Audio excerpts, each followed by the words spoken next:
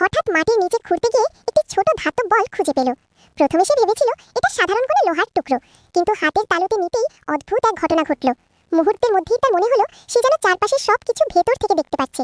পৃথিবীর নিচে কি আছে, কোন জিনিসের ভেতরে কি লুকানো, সবকিছু যেন তার চোখের সামনে স্পষ্ট হয়ে উঠল। ঠিক তখনই সে বুঝতে পারল মাটির নিচে একটা বড় সোনার পাথর লুকিয়ে আছে। এত বড় আবিষ্কার দেখে সে খুবই অবাক হয়ে গেল, কিন্তু কাউকে কিচ্ছু না জানিয়ে সে ঠিক করলো রাতে আবার ফিরে এসে চুপচাপ পাথরটা তুলে নেবে। কিন্তু হঠাৎ তার অফিসের বস সেখানে এসে পড়ল এবং তাকে বলল আজ থেকেই যেন সে আর কাজে না আসে। মেয়েটি বিষয়টা অদ্ভুত মনে করলো।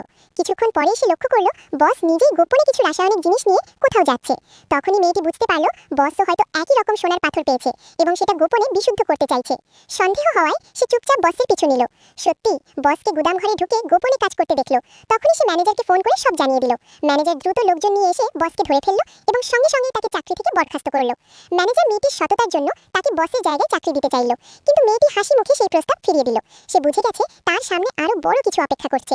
সবাই চলে যাওয়ার পর সে দ্রুত মাটির নিচে লুকিয়ে থাকা সোনার পাথরটা তুলে ফেললো। এরপর সে এক নিলাম আয়োজকের সঙ্গে যোগাযোগ করলো। নিলাম কর্তৃপক্ষ জানালো এই সোনার পাথরটি অন্তত 1 কোটি টাকারও বেশি দামে বিক্রি হতে পারে, কিন্তু যদি এটাকে সুন্দর করে বিশেষ নকশায় তৈরি করা যায় তাহলে এর দাম আরো কয়েক গুণ বেড়ে যাবে। মেয়েটি তখন আরো সাহসী হয়ে উঠল।